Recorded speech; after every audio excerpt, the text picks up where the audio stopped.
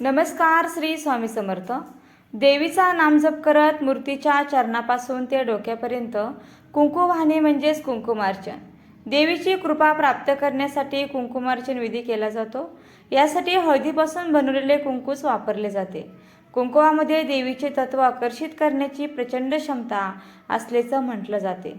कुंकुमार्चन विधी करण्यासाठी कोणत्याही नवरात्रीचे 9 दिवस, लक्ष्मीपूजनाचा दिवस तसेच महिन्यातील पौर्णिमा, अमावस्या, गुरुपुष्य, अमृतयोग, मंगळवार किंवा शुक्रवार अशा विशेष दिवसांची निवड करावी. तसेच घरात जर नवीन देवीची मूर्ती आणली असेल तर सुरुवातीला एकदा कुंकुमार्चन अवश्य करावे. असे केल्याने मूर्तीतील देवत्व जागृत होते. कुंकुमार्चन ही माता लक्ष्मीची, देवी आईची, आपल्या कुलस्वामिनीची एक सेवा आहे. आणि कुंकुमार्चन म्हणजे देवीच्या टाकावर किंवा मूर्तीवर किंवा फोटोवर किंवा नाही काही तर सुपारीवर, श्रीयंत्रावर तुम्हाला कुंकुमार्चन ही सेवा करू शकता.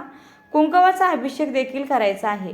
बघा, इतका आनंद वाटतो. खूप छान ही सेवा आहे. आणि कुंकुमार्चन हे स्त्रिया पुरुष दोघं देखील करू शकता. कारण ही कुलस्वामिनीची सेवा आहे. कारण कुलस्वामिनीची जर सेवा केली, कुलस्वामिनीचं कृपाछत्र आपल्यावर असलं ना की आपल्याला आपल्या आयुष्यामध्ये खरंच कसलीच कमी पडत नाही. तर आता बघा, मी तुम्हाला त्याचे काय फायदे आहे ते पण सांगते.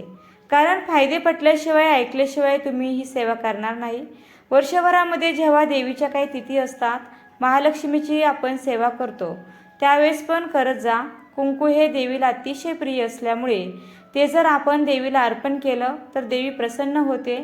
ती माता लक्ष्मीची, कुलस्वामिनीची एक सेवा आहे. आपल्या घरात बघा लक्ष्मीचा वास असावा, तिने स्थिर असावं. अखंड लक्ष्मी प्राप्तीसाठी, त्यानंतर पैशाबाबत कुठल्याही समस्या असतील आणि शारीरिकसुद्धा विधी, कारण शरीर हे सुद्धा आपलं एक दहन आहे. तर त्यामुळे या सगळ्या गोष्टींचं सुख वैभव आपल्या आयुष्यामध्ये असण्यासाठी, कुलदेवीचा आशीर्वाद मिळवण्यासाठी, घरामध्ये सगळं मंगलमय, सगळं भलं होण्यासाठी तुम्हाला कुंकुमार्चन विधी करायचा असतो. कुंकुमामध्ये खूप ताकद असते. तर त्यामुळे तुम्हाला देवीवर हे कुंकू वाहून आपल्याला ही सेवा करायची असते. बघा, श्रीयंत्र म्हणजे देवीचं आसन आहे. बघा, देवी आई तिचं आसन सोडून कधीही जात नाही. म्हणून श्रीयंत्राची जर सेवा आपल्या घरामध्ये झाली तर देवी आई तुमचं घर सोडून, माता लक्ष्मी तुमचं घर सोडून कोठेही जाणार नाही. आणि तुम्हाला माहिती आहेच, माता लक्ष्मीची कृपा असेल ना तर आपल्या घरामध्ये कसलीच कमी पडत नाही. म्हणून बघा, श्रीयंत्र नसेल तर प्लीज घ्या. आणि सध्या तुमच्याकडे श्रीयंत्र नसेल तर तुम्ही देवीचा फोटो असेल, महालक्ष्मीची मूर्ती असेल, फोटो असेल, त्यावर पण कुंकुमार्चन करू शकता. काही नाही तर सुपारी आपल्या घरामध्ये असतेच, त्याच्यावर सुद्धा कुंकुमार्चन करू शकता. लक्ष्मी प्राप्तीसाठी, अखंड लक्ष्मी स्थिर राहण्यासाठी ही अतिशय महत्त्वाची सेवा आहे. श्रीयंत्र आपल्याला रोज धुवायचं नसतं, त्याला रोज देवांसारखी आंघोळ घालायची नसते. तुम्ही 15 दिवसातून, महिन्यातून एकदा त्याची स्वच्छता जी आहे ती करू शकता. आता कुंकुमार्चन पूजाविधी कसा करायचा ते पाहूया. एका तांब्याच्या, पितळेच्या किंवा चांदीच्या ताम्हणात देवीची मूर्ती ठेवावी. त्यानंतर देवीला आवाहन करून पूजा करावी. लाल फूल व्हावे, दीप धूप लावावा, गाईच्या तुपाचा दिवा लावावा, तूप नसेल तर तेलाचा दिवा लावा. त्यानंतर देवीच्या मंत्राचा जप करत चिमूटभर कुंकू अर्पण करत जावे. करंगळी व तर्जनी या 2 बोटांचा स्पर्श न करता मृगी मुद्रा म्हणजेच केवळ अंगठा, अनामिका, मधलं बोट याने कुंकू घेऊन देवीच्या चरणापासून मस्तकापर्यंत व्हावे. काही ठिकाणी देवीला कुंकुमार्चन करताना कुंकू केवळ चरणावरच वाहिले जाते.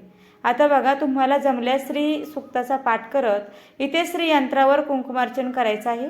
तुम्ही यूट्यूबवर श्री सुक्त लावा आणि प्रत्येक ओवीनंतर तुम्हाला ओम नमः म्हणायचंच. किंवा आता श्री सुक्त थोडं मोठं आहे, जमल्यास 16 वेळेस, नाही जमलं तर तुम्ही एकदा म्हणा. आणि फलश्रुती म्हणताना फक्त हात जोडायचा आहे, त्यावेळेस कुंकुमार्चन करायचं नाही आहे. किंवा एक माळ तुम्ही नरवाण मंत्र ओम ऐं ह्रीं क्लीं चामुंडा विच्छे नमो नमः. आता बघा, नरवाण मंत्राने कसं करायचं, 3 बोटं वापरायची, कुंकू घ्यायचं आहे. ओम ऐं ह्रीं क्लीं चामुंडा विच्छे नमो नमः, ओम ऐं ह्रीं क्लीं चामुंडा विच्छे नमो नमः असं म्हणत तुम्हाला 108 वेळेस तुम्हाला कुंकुमार्चन करायचं आहे. काही नाही जमलं तर फक्त नरवाण मंत्र 108 वेळेस म्हणत कुंकुमार्चन करा, तरी पण चालेल. तुमची कुलस्वामिनीचं नाव घेऊन शेवटी नमो नमः म्हणायला विसरू नका, हे महत्त्वाचं आहे. बघा, कुंकू टाकताना नमो नमः हा उच्चार झाला पाहिजे, एवढं लक्षात ठेवायचं. दुसरा देवीचा कोणता मंत्र येत असेल तो म्हटला तरीही चालेल. फक्त मंत्र म्हटल्यावर शेवटी नमो नमः हे म्हणायला विसरू नका. आणि नमो नमः म्हटल्यावर श्रीयंत्रावर कुंकू अर्पण करायचं. हे श्रीयंत्रावर कुंकुमार्चन कसं करायचं हे झालं. आता त्यानंतर मी तुम्हाला सांगते, समजा महालक्ष्मीची मूर्ती असेल तुमच्याकडे, तुमच्या कुलस्वामिनीची मूर्ती असेल किंवा फोटो असेल तर ताटात ठेवायचा. त्यानंतर तुम्हाला त्याच्यावर कुंकुमार्चन करायचं आहे. आता या मूर्तीवर किंवा फोटोवर कुंकुमार्चन करताना तुम्हाला खालून वर करायचं. कसं ते मी तुम्हाला सांगते. आता तुम्ही 5 बोटाने कुंकू घ्या, ठीक आहे.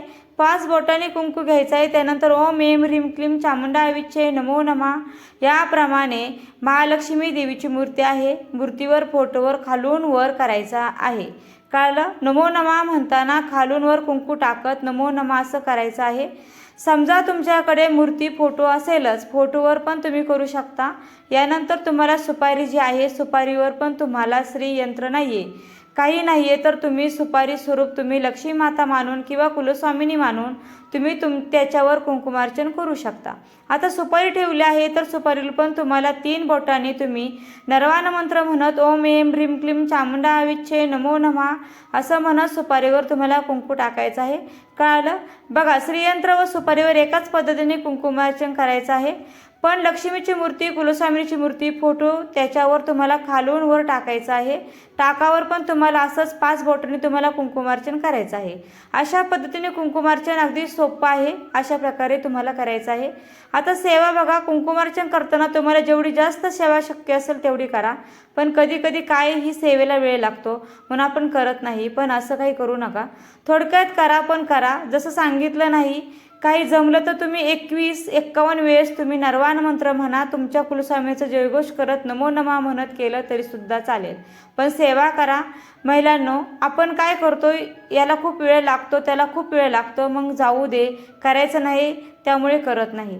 तसेच कधी फुलांच्या पाकळ्या किंवा गुलाबाच्या पाकळ्या किंवा ड्रायफ्रूट्स, कधी लवंग, कधी वेलदोडे अशा वेगवेगळ्या गोष्टींचे माता लक्ष्मी देवी आईला प्रिय अशा गोष्टी असतात, त्याचंसुद्धा तुम्ही अर्चन करू शकता.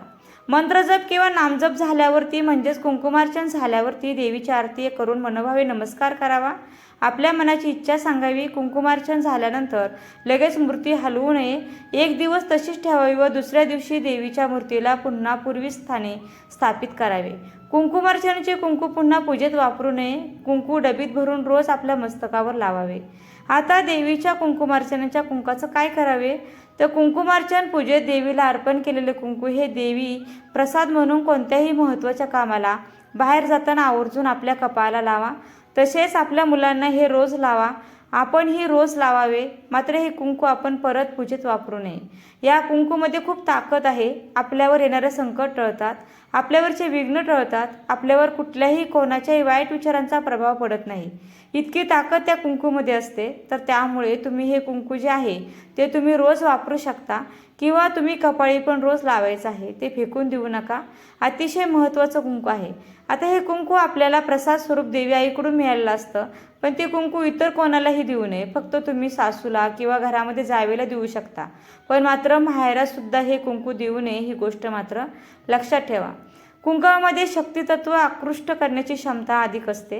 देवीच्या मूर्तीला कुंकुमार्चन केल्यावरती जागृत होते. जागृत मूर्तीतील शक्तितत्व कुंकवात येते. नंतर ते कुंकू आपण लावल्यावर त्यातील देवीची शक्ती आपल्याला मिळते.